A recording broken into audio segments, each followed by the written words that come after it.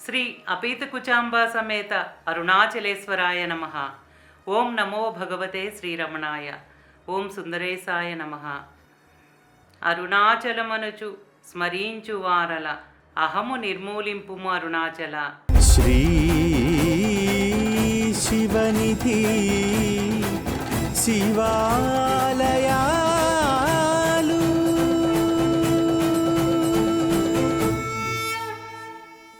శ్రీ శివనిధి శివాలయాల కార్యక్రమంలో ముందు భాగంలో మహిమాన్వితమైన అరుణగిరి ప్రదక్షిణలో భాగంగా శ్రీ రమణాశ్రమంలోని విశేషమైన ముక్తిని పొందిన గోలక్ష్మి యొక్క సమాధిని దర్శించుకున్నాం.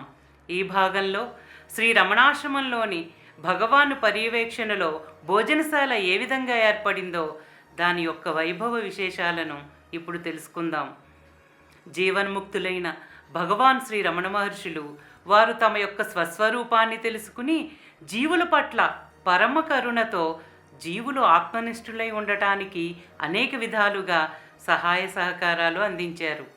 ఆధ్యాత్మిక ఉన్నతి కొరకు భగవాన్ని ఆశ్రయించి ఆయనకు పరిపూర్ణ శరణాగతి చెంది తమ జీవితాలను సాఫల్యం చేసుకున్నవారు ఎందరో ఉన్నారు. వారిలో కొందరికి భోజనశాలలో భగవాన్ పట్ల మరింత సన్నిహితంగా ఉండే సదావకాశం లభించి వారు ఎంతో సులభంగా ఆధ్యాత్మికంగా పురోగతి చెందారు. సాక్షాత్తు పరమాత్మ స్వరూపుడైన మహాజ్ఞాని సన్నిధిలో నివసించటమే ముక్తి. జ్ఞానికి సేవ చేయు వారి గొప్పతనం ఎంతో ఉత్కృష్టమైనది.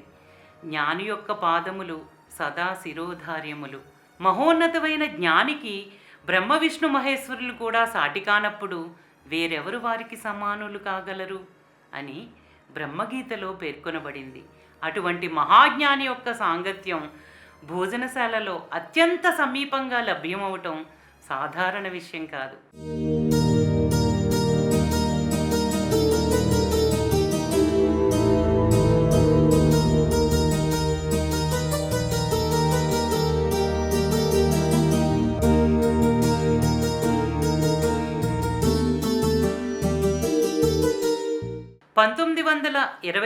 సంవత్సరంలో భగవాన్ తల్లి అలగమ్మ నిర్వాణానంతరం భగవాన్ స్కందాశ్రమం నుండి వచ్చి పాలితీర్థం వద్దనున్న తల్లి సమాధి దగ్గరే ఉన్నప్పటి నుండి అలగమ్మ సమాధి మందిరం ఎదురుగా భగవాన్ నివసించిన చిన్న పాకలోనే భోజనశాల ఉండేది. భగవాన్ దర్శనం కొరకు పెద్ద సంఖ్యలో వస్తున్న భక్తులు సందర్శకులకు వీలుగా పెద్ద గది ఒకటి నిర్మించాల్సిన అవసరం ఏర్పడింది. ఇప్పుడు ధ్యాన మందిరంగా పిలువబడుతున్న గదిలోనే భోజనశాల పాకశాలతో కూడిన నిర్మాణం 1926లోనే జరిగింది. ప్రస్తుతం భగవాన్ యొక్క మహాసమాధిగా పిలువబడుతున్న ప్రదేశంలోనే కొత్త భవంతి పక్కనే ఒక పాక ఏర్పడింది. ఆ తరువాత 12 సంవత్సరాల వరకు ఇదే భోజనశాలగా ఉపయోగపడింది. భగవాన్ని దర్శించుకునే వారి సంఖ్య రోజురోజుకు పెరుగుతూనే ఉంది. అలా వచ్చిన ఏ భక్తుడు ఖాళీ కడుపుతో వెళ్ళకూడదన్న ఉద్దేశం కలిగిన ఆశ్రమం వారికి పెద్ద వంటగది భోజనశాల యొక్క నిర్మాణ ఆవశ్యకత ఏర్పడింది. అందువల్ల రాతితో కూడిన కొత్త భవంతి అయిన భోజనశాల నిర్మాణం 1937లో మొదలై 1938లో పూర్తయింది. ఈ భోజనశాల యొక్క నిర్మాణ పనులను పర్యవేక్షించడానికి భగవాన్ భక్తులైన అన్నామలై స్వామిని భగవాన్ స్వయంగా నియమించారు. ప్రతిరోజు భగవాన్ సలహా తీసుకొనిదే అన్నామలై స్వామి పనులు మొదలుపెట్టేవారు కాదు. భోజనశాల కట్టే సమయంలో ఒకసారి పెద్ద తుఫాను వచ్చింది. దానివల్ల ఆ రోజు అన్నామలై స్వామి భగవాన్ కలవటం కుదరలేదు. మరుసటి రోజు పని ప్రారంభించకముందే అన్నామలై స్వామి భగవాన్ వద్దకు వెళ్ళి, భగవాన్ ఈరోజు ఏం పని చేయాలి, ఏ విధంగా చేయాలి అని అడిగారు. దానికి భగవాన్ అన్నామలై స్వామితో, భగవాన్ నీలోనే ఉన్నారు, ఆయన ఎలా చెబితే అలా చేయండి అన్నారు.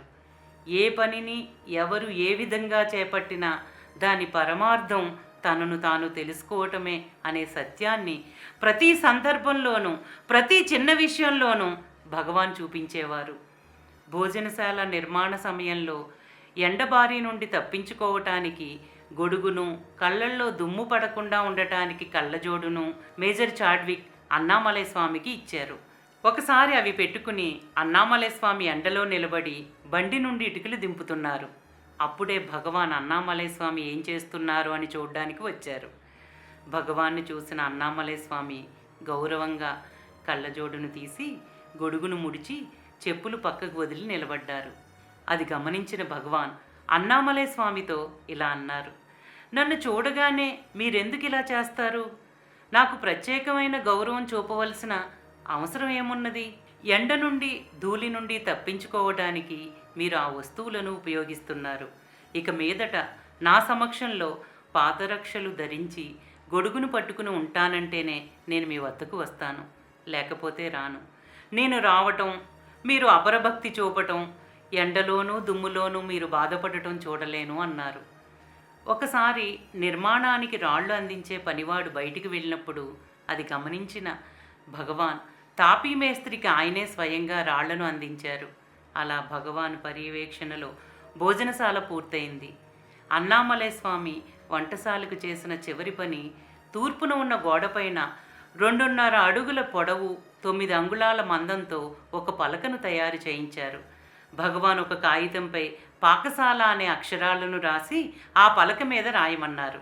దానికి అన్నామలై స్వామి 1938 అని రాసి దాని క్రింద పాకశాల అని తమిళంలో రాశారు. దాని క్రింద సంస్కృతంలో కూడా శ్రీ రమణాశ్రమం అని రాశారు. భోజనశాల ఎదురుగానే అన్నామలై స్వామి పర్యవేక్షణలోనే స్టోర్ రూమ్ నిర్మాణం కూడా పూర్తయింది.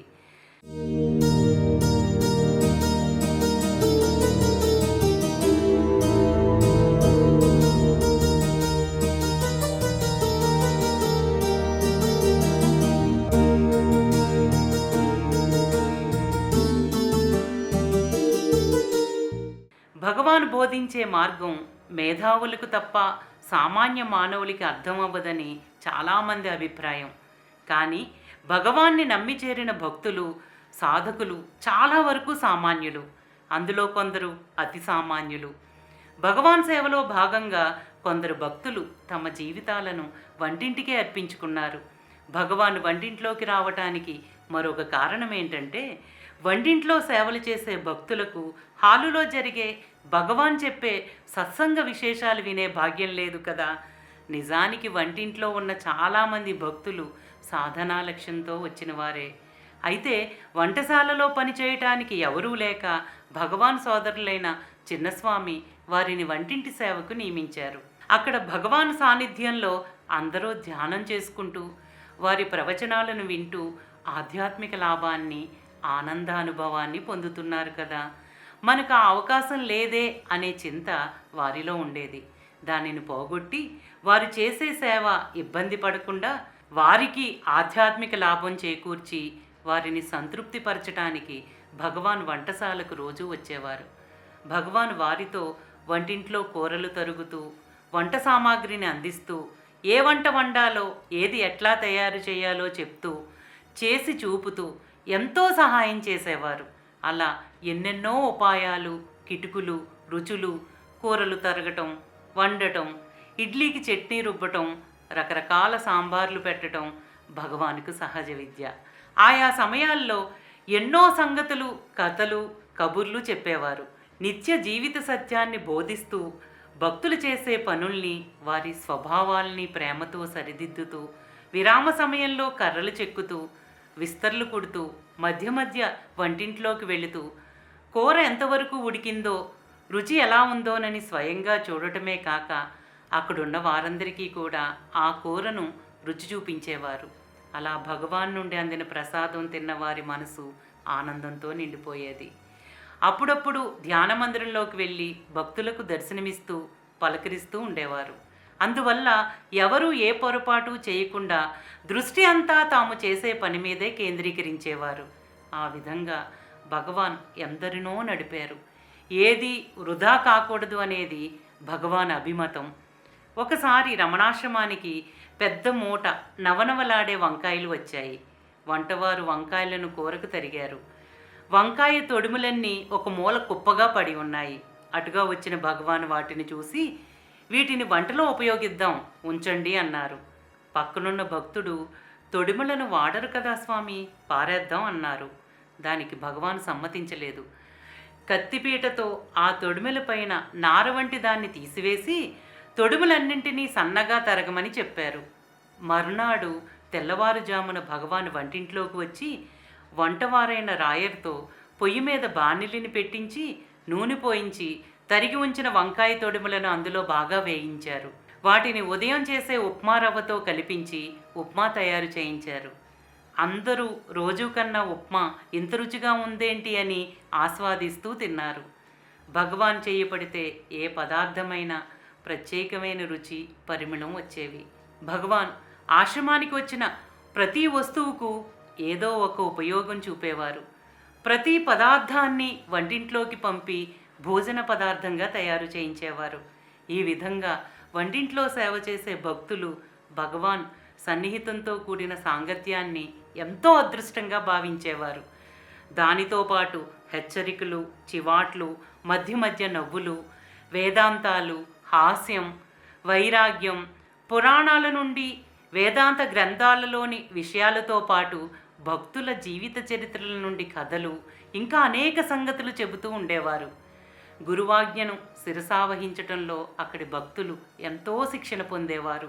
వంటింట్లో కూడా వారు చేసే మహత్తరకరమైన సాధన అది. అలా భగవాన్ వారికి కర్మ మార్గం నుండి సాధన చేయటానికి నిష్కామ కర్మ తత్వ నిరూపణను అత్యంత అద్భుతంగా అవలీలగా అలవాటు చేశారు. ఇలా వంటగదిలో మహత్తరకరమైన ఈ సదావకాశాన్ని భగవాన్తో పంచుకున్నవారు ఎంతో ధన్యులు.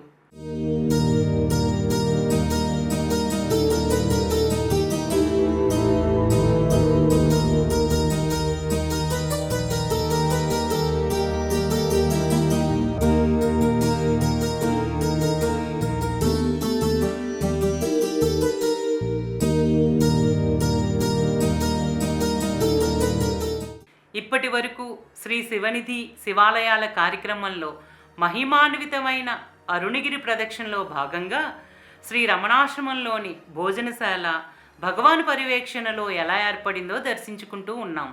వచ్చే భాగంలో మహాజ్ఞాని అయిన భగవాన్ వంటగదిలో ఉపదేశించిన తాత్వికపరమైన అరుదైన అంశాలను తెలుసుకుందాం. ఓం నమో భగవతే శ్రీరమణాయ. శ్రీ అపీతకుచాంబా సమేత అరుణాచలేశ్వరాయ నమః. ఓం సుందరేశాయ నమః.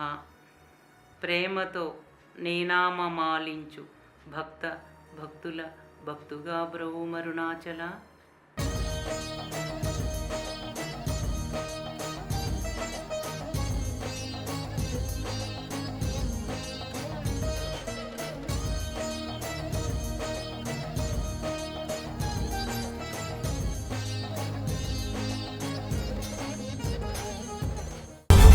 శ్రీ శివనిధి శివాలయా